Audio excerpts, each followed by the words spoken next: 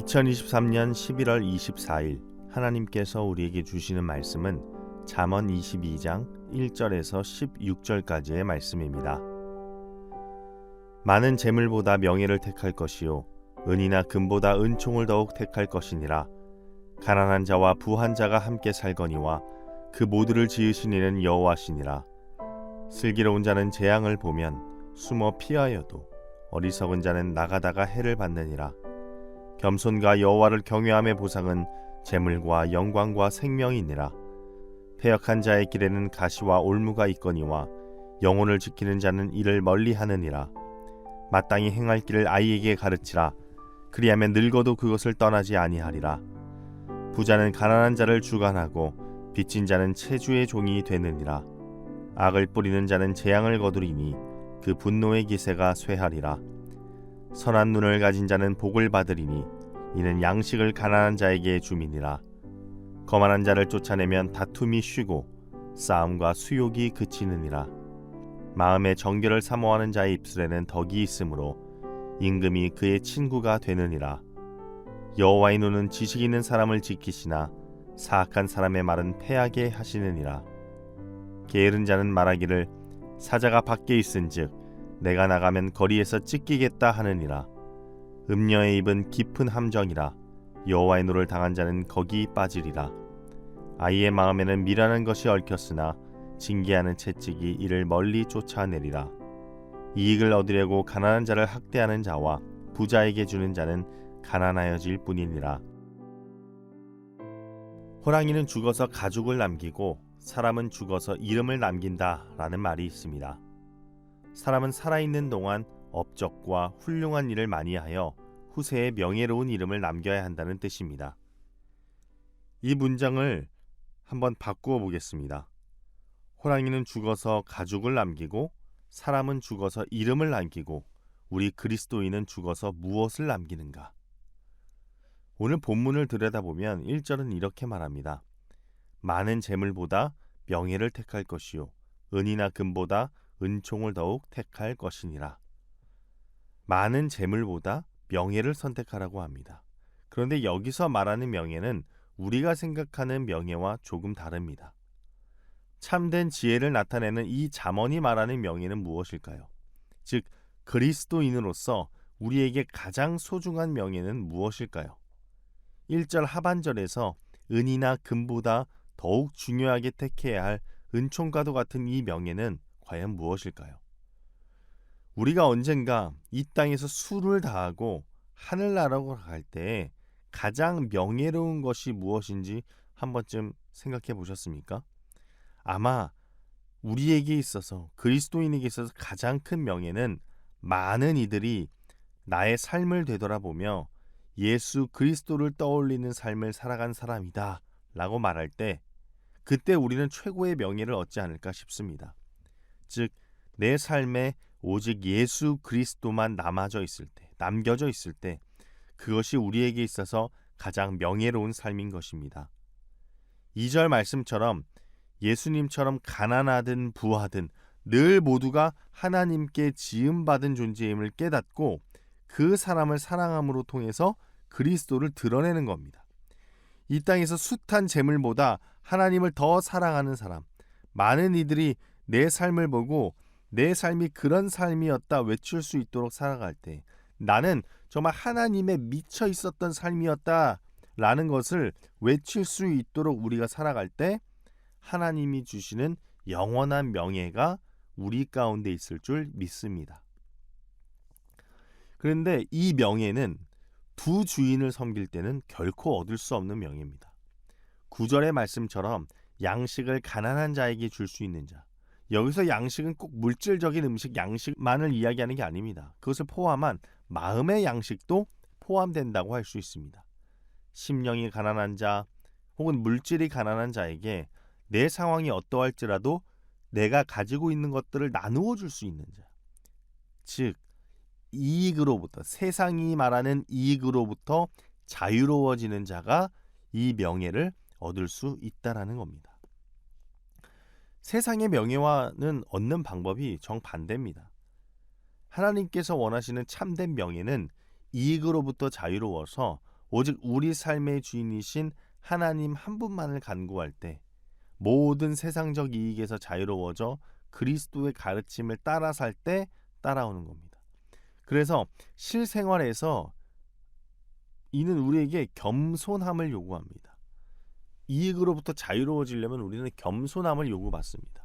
오늘 본문 4절에 보면 겸손과 여호와를 경외함의 보상은 재물과 영광과 생명이니라 그랬습니다. 여호와 하나님만을 경외하고 그분만을 바라고 다른 것들로부터 오는 이익에서 자유로워지면 그 보상이 뭐라고요? 재물과 영광과 생명이라는 겁니다. 이것들은 세상의 재물과 영광과 생명이 아닙니다. 시간 앞에서 사라지는 그런 비본질적인 것이 아니고요. 영원한 재물과 영광, 하늘의 상급과 영광, 그리고 영원한 생명. 영원한 겁니다. 이보다 더 좋은 보상이 어디 있겠습니까? 진짜 지혜 있는 자는 이걸 보는 겁니다. 그래서 진짜 지혜를 깨달은 자는 어떻습니까? 하나님만을 경외하는 것이 모든 지혜와 삶의 기본임을 알고 이것을 자녀들에게 가르치려고 애쓰는 자들입니다.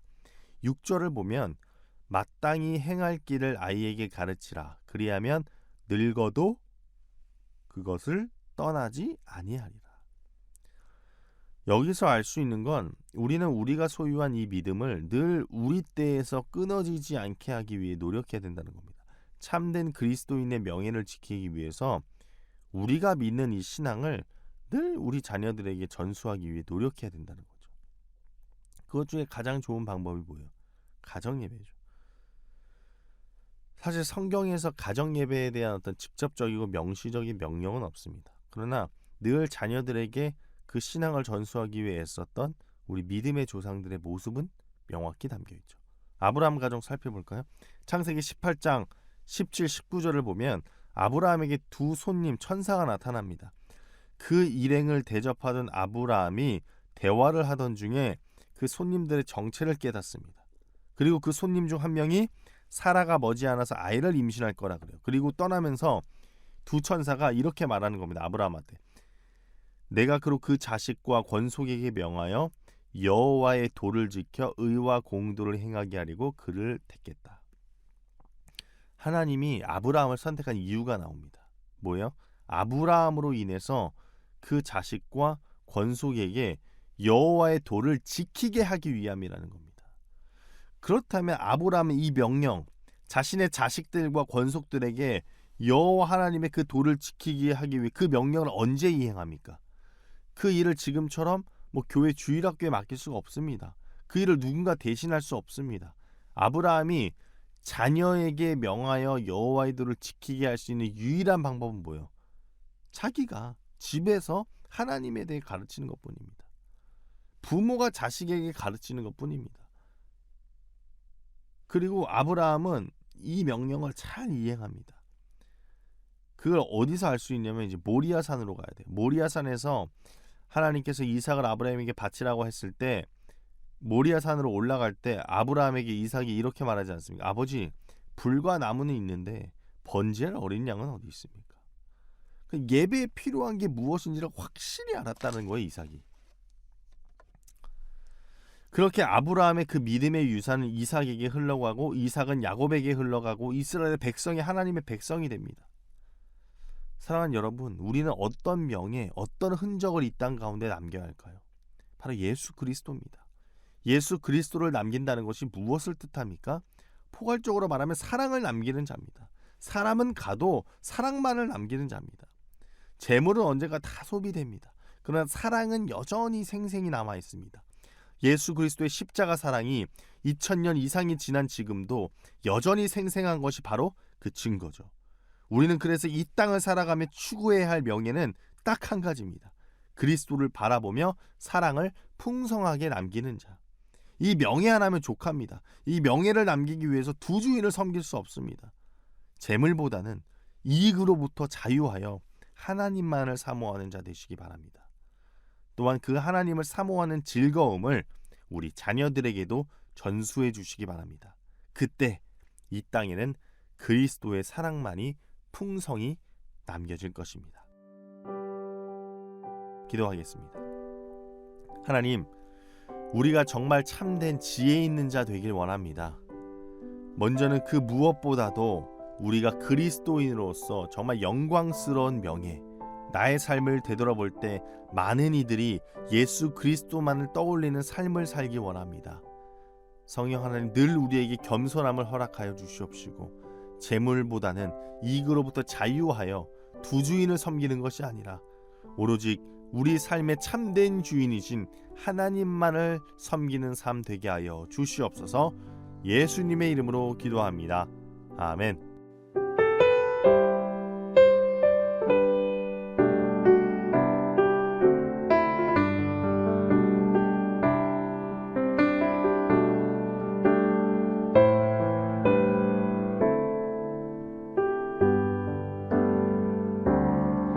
세상의 유혹 시험이 내게 몰려올 때에 나의 힘으론 그것들 모두 이길 수 없네.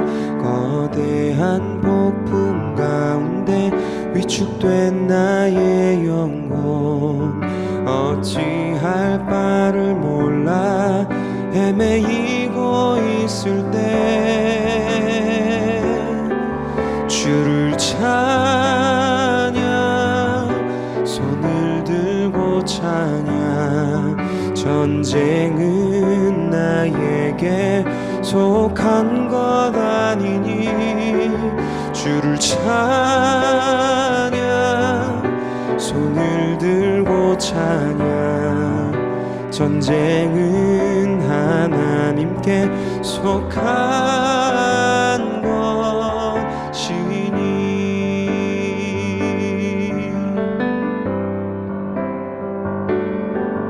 거짓과 속임수로 가득 찬 세상에서 어디로 갈지 몰라 머뭇거리고 있네. 공중의 권세 잡은 자 지금도 우리들을 실패와 절망으로 넘어뜨리려 하네. 주를 찬양, 손을 들고 찬양. 전쟁은 나에게 속한 것 아니니 주를 찬양, 손을 들고 찬양. 전쟁은 하나님께 속한 것이니.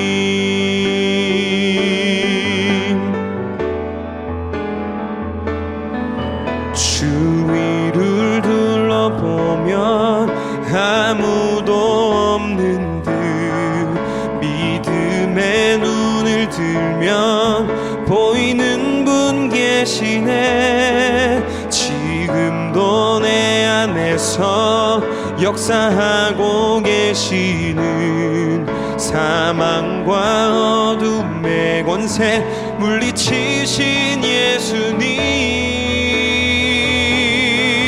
주를 찬양, 손을 들고 찬양. 전쟁은 나에게 속한 것 아니니 주를 찬양, 손을 들고 찬양. 전쟁은 하나님께 속한 것이니 주를 찬양, 손을 들고 찬양. 전쟁은 나에게 속한 것 아니니 주를 찬양, 손을 들고 찬양. 전쟁은 하나님께 속한 것이니 전쟁은 하나님께 속한